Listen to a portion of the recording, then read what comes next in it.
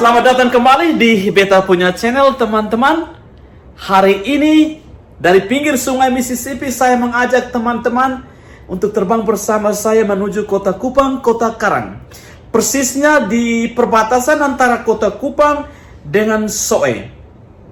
Di sana kita akan jumpai dengan seorang gembala yang dalam kesederhanaannya melayani umat yang dipercayakan kepada dia.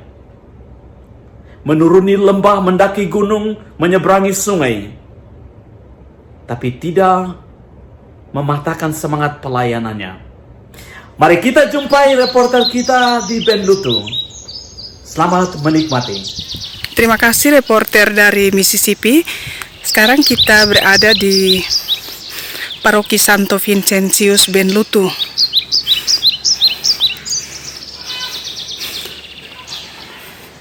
Ini merupakan salah satu paroki yang terbilang baru karena dimekarkan dari paroki Soe. Ya, ini adalah penampakan gedung gereja Paroki Santo Vincentius Benlutu.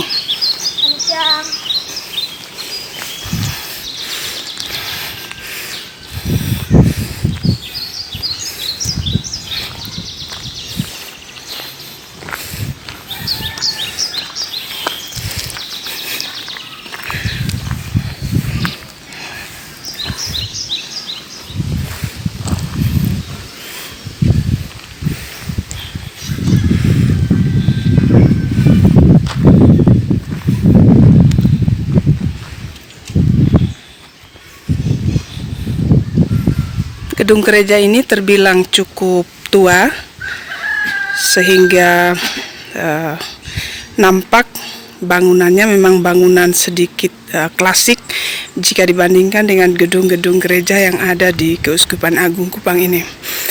Dan ini kita temui Pastor Paroki Santo Vincentius Benlutu, Romo Hilaire Penga, PR.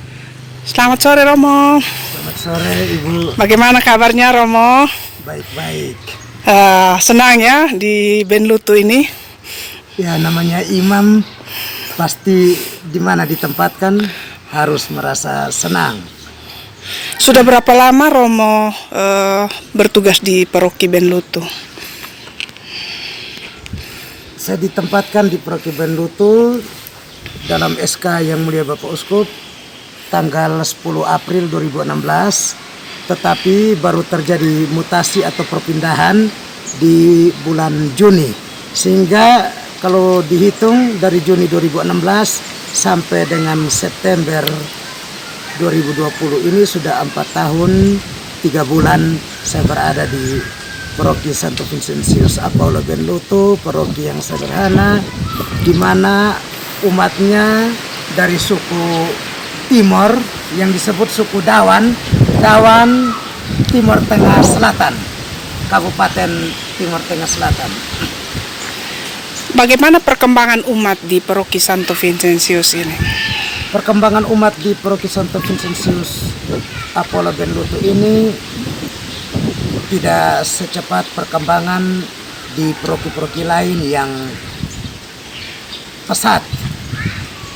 Perkembangannya perlahan-lahan tetapi pasti, karena kita maklumi di wilayah Kabupaten Tetes ini mayoritasnya adalah umat beriman Kristen muda, yang mana Kristen Protestan dengan pemikiran-pemikiran yang masih sangat tertutup, sehingga umat Katolik yang berkembang di TTS khususnya di Paroki Benlutu ini juga setiap tahunnya angka perkembangan sedikit, tetapi ada perkembangan, ada pertambahan jumlah umat. Berapa banyak jumlah umat sampai saat ini? Dalam statistik paroki tahun 2019 itu tercatat 436 KK, tetapi sampai dengan September 2020 ini ada pertambahan 30-an KK sehingga menjadi 436 KK dengan jumlah umat 3.700-an ke sana lebih. Lalu umat tersebar bukan hanya di pusat paroki, tetapi di daerah-daerah yang jauh yang mana kita namakan kapela kepala kecil, dengan jangkauan pastoral. Ketika kita berkunjung ke sana, medannya sangat rumit. Ada berapa banyak kapela yang bernaung di paroki ini? Paroki Santo Vincentius Benlutu ada 14 kapela dan 1 calon kapela yang saya namakan satu lingkungan. 14 kapela tambah 1 lingkungan. Sebenarnya dihitung 15 kapela. Di pusat paroki umat berjumlah 176 KK terbagi atas 2 wilayah.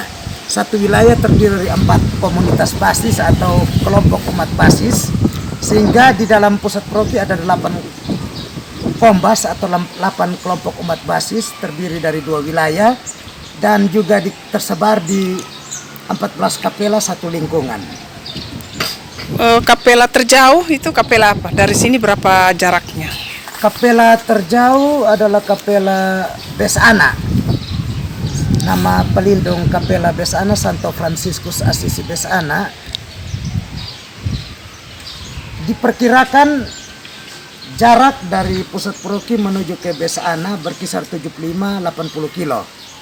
Sebenarnya jarak tempuh kalau medan aspal itu bisa ya dihitung 1,5 jam sampai. Tetapi karena medannya mendaki gunung, menurun, masuk kali, keluar kali dengan jalan yang tidak bagus, sehingga lama perjalanan ke kapela yang terjauh, kapela Besana itu dari Benlutu sampai ke kapela Besana kalau dengan motor 5 jam, kalau dengan mobil bisa 6-7 jam.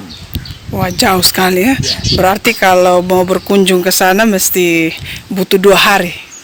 Ya, saya biasa dalam pelayanan saya rajin patroli. Lalu patroli ke kapela Besana karena medannya jauh, lalu melintasi beberapa kali, sehingga saya memanfaatkan patroli itu pas di musim hujan.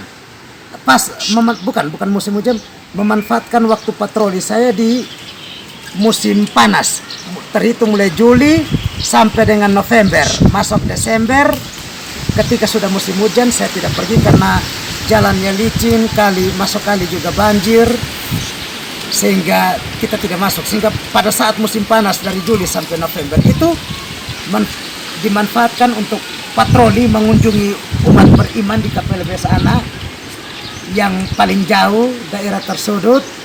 Lalu dengan jumlah umat awalnya di tahun 2016 cuma 5 KK, tetapi ada pertambahan setiap tahun. Kini di tahun 2020 menjadi 9 KK. Umat kecil dan sederhana sekali. Baik Romo, tadi Romo menjelaskan bahwa paroki ini menaungi beberapa kapela yang jaraknya memang cukup jauh dari paroki dengan medan yang juga sangat menantang dan berbahaya, tetapi apapun itu Romo tetap bersemangat untuk melayani umat di sana. Romo mungkin bisa berbagi tentang suka duka melayani umat dalam kondisi yang sangat sulit, tapi Romo masih tetap bertahan. Baik, terima kasih Ibu. Pertama saya jelaskan di paroki Benlutu ini umatnya umat yang hidupnya sederhana, mayoritas bekerja sebagai petani. Mereka bertani di kebun mereka masing-masing dengan penghasilan yang pas-pasan. Itu dari pusat paroki sampai ke kapela-kapela, 15 kapela yang ada di wilayah paroki ini. Lalu dari segi suka duka pelayanan, namanya sebagai seorang imam, bukan resiko pelayanan, tetapi sudah memilih jalan ini sebagai seorang imam. Dimanapun ditempatkan, saya tetap melayani dengan gembira. Karena dimana kita ditempatkan, berarti di situ kita diutus untuk melayani dan berjumpa dengan banyak orang. Entah orang yang hidup baik maupun orang yang hidup tidak baik, tetapi kita tetap melayani sebagai seorang imam dengan hidup sesuai dengan situasi kondisi umat beriman di dalam kesederhanaan. Memang kapela-kapela di Paroki Benlutu letaknya berjauhan dan pelayanan juga memang membutuhkan tenaga yang stabil. Di paroki ini, di Paroki Santo Vincentius Apollo Benlutu ini saya sendiri, dan dalam kesendirian itu saya juga harus berpikir bijaksana untuk mengatur jadwal patroli dalam hal pelayanan kepada seluruh umat supaya mereka bisa terlayani, khususnya pelayanan jiwa-jiwa. Dalam hal ini keselamatan jiwa melalui sakramen, keselamatan jiwa melalui pewartaan sabda Tuhan. Dan sebagai imam memang kita merasa capek, terkadang merasa jenuh, tetapi apapun yang terjadi, kita sudah memilih jalan panggilan ini. Saya sudah memilih jalan panggilan ini, pasti dalam suka duka pun saya harus tetap melayani umat dengan semangat. Walaupun dalam perjalanan dari pusat paroki sampai ke kapela terkadang langsung capek, tetapi ketika berhadapan dengan umat, kadang kita harus menyangkal diri, hidup pura-pura seperti tidak capek. Itu namanya penyangkalan diri. Capek, tapi ketika bertemu dengan umat, bagaimana kita melihat umat yang kecil yang merindukan kehadiran saya sebagai seorang imam, saya juga harus menunjukkan bahwa saya tetap harus semangat ketika berjumpa dengan mereka. Walaupun dalam perjalanan sampai ke kapela yang jauh terasa capek, tetapi berjumpa dengan umat harus selalu menghadirkan kegembiraan, sukacita, dan itulah pelayanan yang baik sebagai satu jalan pilihan, satu jalan panggilan yang saya alami dalam kekurangan-kekurangan saya sebagai seorang imam yang melayani dan diutus atau dipercayakan oleh Bapak Uskup di Paroki Benlutu ini. Terima kasih Romo, dan selanjutnya di tengah-tengah umat yang multikultural dan juga ya kita termasuk kelompok minoritas di kabupaten ini, bagaimana peran serta umat dalam membangun hidup beriman di paroki ini? Baik, peran serta umat Paroki Benlutu adalah umat yang hidup di dalam masyarakat adat daerah TTS. Di Paroki Benlutu ini wilayahnya meliputi 3 kecamatan, Kecamatan Batu Putih, Kecamatan Amanuban, 4 kecamatan, Kecamatan Batu Putih, Kecamatan Amanuban Barat, Kecamatan Molo Selatan, dan Kecamatan Molo Barat. Dari masyarakat adat yang juga adalah umat Katolik ini, mereka hidup sesuai dengan adat masing-masing. Adat Molo berbeda dengan adat Amnuban. Adat Amnuban berbeda dengan adat yang ada di wilayah Kecamatan Batu Putih. Sehingga partisipasi umat dalam pelayanan, mereka hidup di dalam semangat gotong royong adat, di dalam kekecilan dan kesederhanaan. Ketika ada partisipasi dalam membangun gereja, tentu apa yang mereka miliki mereka akan sumbangkan, entah itu melalui tenaga ataupun sumbangan yang ditetapkan oleh paroki, walaupun kecil tetap mereka laksanakan. Jadi partisipasi umat dalam membangun gereja sangat tinggi, terlebih mereka sebagai orang-orang kecil memberi diri dalam hal kegiatan-kegiatan gotong royong sesuai dengan tradisi atau budaya yang hidup di wilayah Paroki Benlutu, khususnya di wilayah Kabupaten Timur Tengah Selatan ini.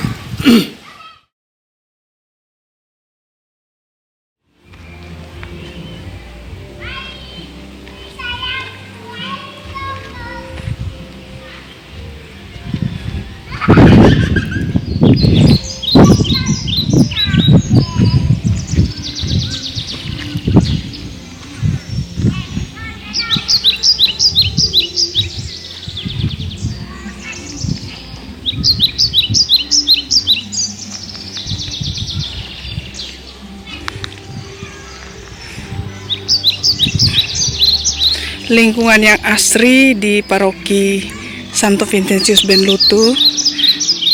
Kita lihat gereja ini berada di tepian hutan, sehingga membuat udara meskipun terik matahari tetapi udaranya sangat sejuk. Baik Romo, ini pertanyaan terakhir. Bagaimana harapan Romo tentang perkembangan iman umat Katolik secara keseluruhan dengan menjadikan sampel paroki Romo ini? Kalau dilihat tadi memang Romo sangat memaknai panggilan hidup sebagai seorang imam. Tadi dijelaskan bahwa meskipun dalam kondisi yang sulit, tetapi Romo tetap bertahan dan bergembira bersama umat di sini. Mungkin ada harapan juga pesan-pesan buat kita semua agar ini mungkin bisa menjadi contoh buat umat di paroki-paroki yang lain. Baik, terima kasih. Umat Paroki Benlutu mayoritas sebagai petani, mereka adalah umat kecil. Perkembangan iman mereka hingga tahun 2020 ini boleh dikatakan baik. Harapan saya dalam perkembangan iman umat Paroki Benlutu, semoga dalam menghayati hidup sebagai orang Katolik, mereka juga bisa bertumbuh berkembang secara mandiri dan dewasa.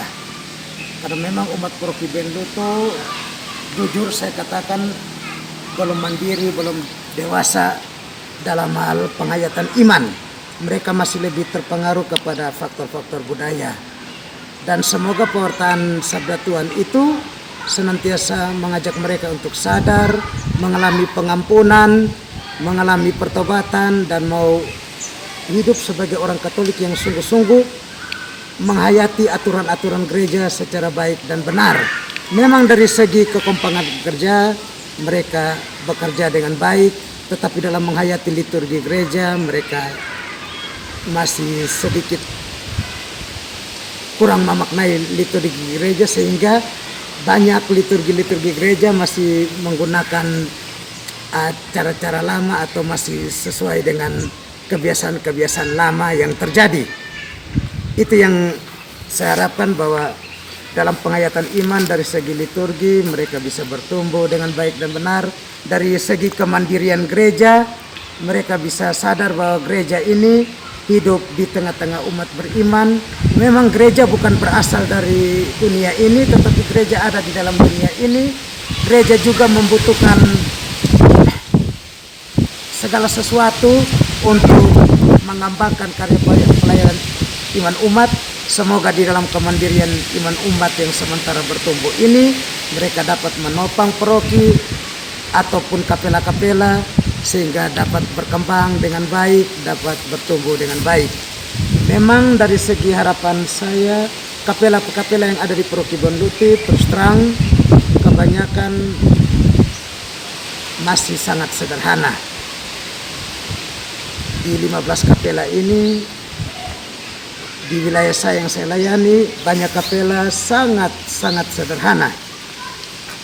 Di dalam kemandirian itu saya ingin agar mereka sadar untuk dalam kekecilan mereka bisa membangun di dalam swadaya mereka. Memang itu sementara terjadi, tetapi mereka juga tentu dengan harapan kecil juga dari umat beriman dan juga dari saya, kami juga masih membutuhkan banyak topangan dari berbagai orang yang datang untuk mau berbuat baik, membangun gereja, khususnya di kapela-kapela maupun pusat paroki yang sederhana ini.